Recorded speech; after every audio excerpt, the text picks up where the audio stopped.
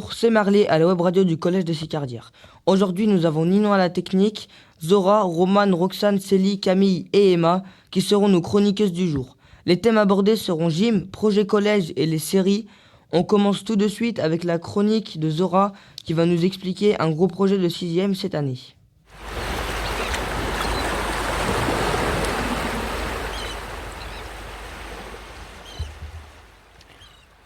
Bonjour, c'est Zora et aujourd'hui je vais vous parler des sorties AME des 6e qui durent toute l'année. Vous vous posez peut-être la question de quoi il s'agit, je vais y répondre. L'AME est l'aire marine éducative. On va tous les débuts du mois sur la plage du Marais Salé. La surface de cette aire marine éducative correspond à la mesure d'un terrain de foot. Les sorties se font en vélo. On travaille en classe et ensuite on va sur la plage pour découvrir ce qui s'y trouve comme animaux, pierres, plantes, etc. Il y a des spécialistes qui nous accompagnent lors de nos sorties. Par exemple, Elsa Cariou, une géologue, Sandrine Desmarais, une spécialiste des oiseaux qu'on appelle une ornithologue, Julie Caquelard qui travaille sur la biodiversité, Madame Augereau, notre professeure de SVT et d'art plastique, Madame Chenet, notre professeure de physique-chimie et de maths. Les sorties sont bien car on apprend des tas de choses sur la biodiversité de la plage. Mais les conditions météo ne sont pas toujours idéales. Il faut toujours avoir ses bottes et quelquefois le kawaii. La prochaine sortie se déroulera après les vacances. Merci Zora, effectivement ce projet est très intéressant. Nous passons la parole à Roxane qui va nous parler d'un métier spécial. Bonjour, c'est Roxane et aujourd'hui je vais vous parler de la ferme du Coq à l'âne. Lionel Arnaud, qui est la patronne de cette ferme, est parfois aidée par son conjoint Nicolas Thébault et sa fille Émilie Lenoir. Je vais vous faire découvrir comment s'organise sa semaine à la ferme. Le lundi, elle fait des améliorations sur la structure. Puis le soir, elle va nourrir ses animaux. C'est-à-dire des moutons, un cochon, un alpaga, des poules, des coqs, des oies, des chats. Et le soir, quand il fait noir, elle attrape poulet pour le lendemain. Vous vous demandez pourquoi ? Attendez, j'y viens. Le mardi, elle se lève vers 7h pour abattre ses volailles.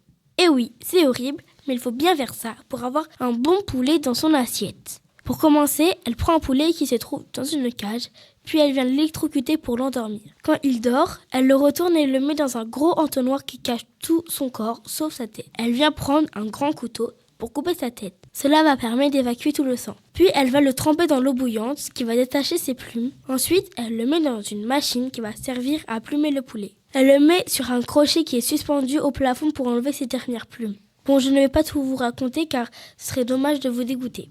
Le mercredi, elle fait des visites pédagogiques. Vous ne savez pas ce que c'est ? Ok, je vous explique, mais avant ça, j'ai une petite question. Savez-vous qui est arrivé en premier, l'œuf ou la poule ? À ton avis, Zora, l'œuf ou la poule ? L'œuf. Eh bien oui. Bon, revenons sur les visites pédagogiques. Les visites pédagogiques durent 1 heure. Et oui, ça a l'air long, mais ne vous inquiétez pas, le temps passe vite. Pour commencer, elle vous installe autour d'une table et vous pose quelques questions. Puis elle vous emmène voir les petits poussins. Ensuite, vous allez vous promener et découvrir certaines expressions comme avoir la chair de poule, quand les poules auront des dents, se lever au chant du coq, ça roule ma poule ou la poule aux œufs d'or. Pour finir, elle vous emmène rendre visite aux animaux et vous pose quelques questions comme Romane, comment s'appelle le mouton garçon ? C'est le bélier. Exactement, c'est le bélier. Célie, comment s'appelle le mouton fille ? La brebis. Oui, c'est une brebis. Le jeudi, elle fait du ménage et du bricolage pour la ferme. Le vendredi matin, elle va sur le port pour vendre ses volailles et reste jusqu'à 13h.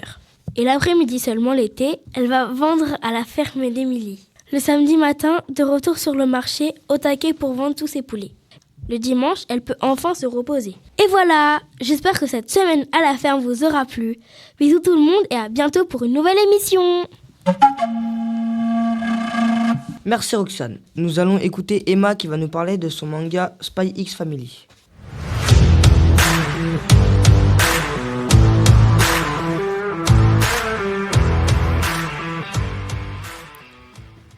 Bonjour à toutes et à tous, c'est Emma et aujourd'hui je vais vous parler d'un manga adapté en série.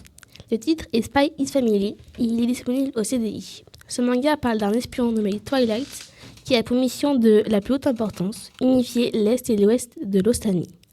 Pour se rapprocher de sa cible, Donovan Desmond, il doit se fonder une famille au plus vite. Vous allez me demander pourquoi faire cela. Il fait tout cela pour que son futur enfant se rapproche du fils de sa cible afin de savoir quels sont les projets politiques de ce fameux Donovan Desmond. Pour commencer, il doit se trouver un appartement et surtout un enfant. Pour l'appartement, il doit l'inspecter sous tous les angles pour vérifier qu'il n'y ait pas de caméra. Finalement, il trouve l'appartement parfait. Et maintenant, reste le plus important, trouver un enfant. Pour cela, il se rend dans un orphelinat, espérant trouver un enfant qui sache lire et écrire. Pourquoi ? Eh bien, vous vous doutez bien que le fils d'un personnage aussi important en politique va dans une école réputée comme l'école Eden. Il va tomber sur Anya, une enfant pas comme les autres. Il fait passer quelques tests qu'il réussira haut la main. Ce qu'il ne sait pas en revanche, c'est qu'elle a des pouvoirs de télépathie. Plus qu'à se trouver une épouse pour tenir le rôle de mère. Après quand même pas mal de temps à chercher l'épouse parfaite, il rencontrera Yor. Elle travaille à la mairie comme fonctionnaire, mais elle cache un grand secret. C'est une tueuse professionnelle. Ensemble, ils forment une famille. Bon, je ne vais pas tout vous spoiler, donc c'est tout pour le moment. N'oubliez pas qu'il est disponible au CDI, donc s'il vous intéresse, vous pouvez aller l'emprunter. Merci Emma. Enfilez maintenant votre juste au corps et vos ballerines, car Célie va nous parler de la gymnastique.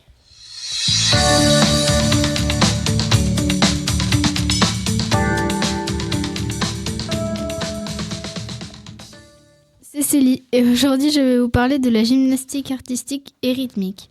Commençons par la gymnastique artistique féminine, car les filles ne courent pas avec les garçons. Il y a plusieurs agrès comme le sol, les barres asymétriques, le saut de cheval ou table de saut, ainsi que la poutre.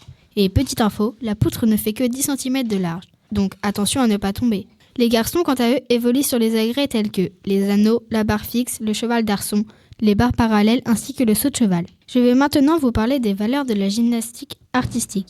C'est un sport complet qui demande de la force et de la précision et de la grâce, mais qui implique aussi le savoir de contrôler ses émotions et d'oser se lancer et d'acquérir des valeurs telles que l'entraide, le respect, la rigueur et le désir de la perfection. Maintenant, parlons de la gymnastique rythmique. La gymnastique rythmique est une discipline olympique principalement féminine, qui se caractérise par la mise en pratique rapide et par la place importante que prennent la chorégraphie et la danse en utilisant plusieurs instruments d'adresse, tels que le cerceau, le ballon, les massues et le ruban. Les routines durent 90 secondes par engin et mettent l'accent sur la maîtrise technique et l'agilité. Elles reflètent aussi de belles valeurs comme la gymnastique artistique. Et je suis sûre que vous vous posez une question. Est-ce que cette discipline est faite que pour les hommes ? Et non, cette discipline est faite que pour les femmes. Je suis sûre que ça vous détonne. Mais dommage, vivement que ça change. Et avant de terminer par un petit quiz, petit retour sur le Vendée Globe. Le grand vainqueur est Charlie Dalin et Benjamin Dutreux a fini 10e. Bravo à eux. Petit quiz. Camille et Romane, quel est votre gymnaste préféré ? Moi, j'aime bien la gymnaste Simone Biles. Moi, c'est Sunny Lee, mais j'aime particulièrement aussi Mélanie de Jésus dos Santos ou Kaliane Moore. Oui. D'accord, merci. Roxane, cite-moi un agrès de la gymnastique artistique féminine. Poutre. Oui, très bien. Zora, cite-moi un ustensile de GRS. La massue. Oui, c'est bien. Emma, combien de temps dure la routine d'instrument en GRS ? Elle dure plus de 90 secondes. Merci, vous avez eu tout bon. Merci de m'avoir écouté et à bientôt. Bisous. Merci Célie. Après tout ce sport, on mérite une petite pause. Heureusement, Romane et Célie vont présenter leur série du moment.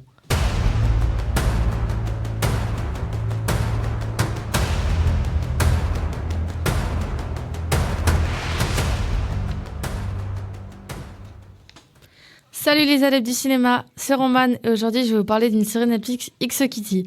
Vous vous demandez sûrement de quoi ça parle, eh bien je vais vous en parler tout de suite. Let's go. C'est l'histoire de l'amour longue distance de Catherine, Kitty pour les intimes, une ado américaine d'origine coréenne par sa mère et son petit ami Dae, coréen. Imaginez l'enfer. Kitty vit à Portland aux États-Unis et lui à Séoul en Corée. Elle décide de s'inscrire dans le lycée de Dae, lycée de la Korea Independent School de Séoul qu'on nomme aussi KISS, pour pouvoir passer le semestre avec lui. Imaginez la tête qu'il va faire en la voyant. Il se trouve que ce lycée a été aussi fréquenté par sa mère qui est décédée quand elle était toute petite. Aussi, Catherine fera plusieurs découvertes sur sa mère. Elle se rendra alors compte qu'elle ne connaît pas grand-chose à l'amour, du moins pas autant qu'elle ne le croyait. Voilà, c'est bon, je me tais, j'en ai trop dit. Si j'ai choisi de vous parler aujourd'hui de cette super série, c'est parce que je l'aime particulièrement pour ses acteurs et l'alchimie qui en ressort. J'adore tous les acteurs, mais j'aime particulièrement l'acteur Sang Leoli qui joue Min-ho. Je l'aime parce qu'il joue super bien et il est aussi trop beau. Il y a 2 saisons, une de 10 épisodes et une autre de 8 épisodes. Une nouvelle saison est prévue pour mai 2026 car cette série a eu un succès mondial. Si vous avez regardé le dernier épisode, vous vous doutez un peu de la suite de l'histoire. Voilà, maintenant regardez-la et vous m'en direz des nouvelles. XOXO. Merci Roman. Aujourd'hui, je ne vais pas vous parler de sport, mais plutôt d'une série. Rassurez-vous, celle-ci non plus ne parlera pas de sport. Salut, c'est Camille. Je vais vous parler d'une incroyable série qui est présente sur Disney+. Et oui, cette série est Only Murders in the Building, comme dirait mon personnage préféré, qui est Mabel Mora, jouée par la chanteuse Selena Gomez. Comme personnages principaux, il y a Charles Eden Savage, joué par Steve Martin. Après, il y a Oliver Putnam, qui est joué par Martin Short. Puis, comme je vous l'ai dit tout à l'heure, Mabel Mora, qui est jouée par Selena Gomez. Il y a 4 saisons de 10 épisodes sur des durées variables. C'est l'histoire fabuleuse d'un trio rencontré dans l'ascenseur de leur immeuble qui s'appelle l'Arconia, où ils rencontrent un homme qui se nomme Ben Glenroy et qui plus tard se fera assassiner. Par qui? Je ne sais pas. Enfin, du moins si.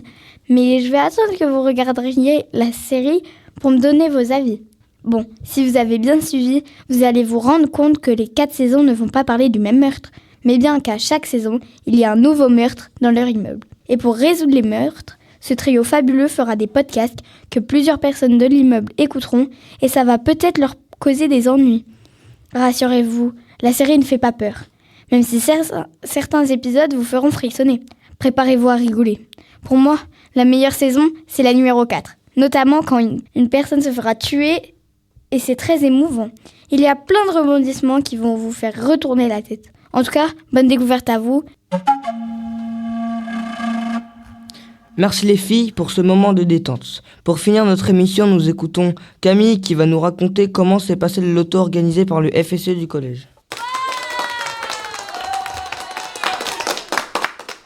Et oui, c'est bien encore moi. Mais cette fois, pour vous parler du loto du FSE qui s'est déroulé le dimanche 26 janvier 2025 à la salle du Casino Les Cities. Le loto s'est déroulé d'une manière différente selon les points de vue de différentes personnes. C'est donc pour ça que j'ai demandé à des personnes innocentes dans le public et autres, et ils m'ont répondu ceci. Qu'il y avait une bonne réussite, organisation bonne, ambiance agréable, les gens ont l'air de s'amuser, les lots sont bien. Mais d'autres avaient une vision totalement différente, comme la salle trop serrée, l'animation pas assez dynamique, trop de bruit, etc. Une personne m'a quand même dit qu'elle était choquée d'autant de monde juste pour un loto d'une association d'un collège de Lisieux. Moi, du moins, je suis de tous les avis. Même si pour moi, c'est quand même pas normal qu'il y ait une rupture de billets de tombola. Bon, après, ça arrive. Mais en tout cas, ça prouve le nombre de personnes. J'espère que vous avez passé un bon loto. Voilà, c'était Camille et à bientôt. Merci à tous de nous avoir écoutés. J'espère que vous avez apprécié cette émission. On se retrouve très bientôt pour de nouvelles chroniques.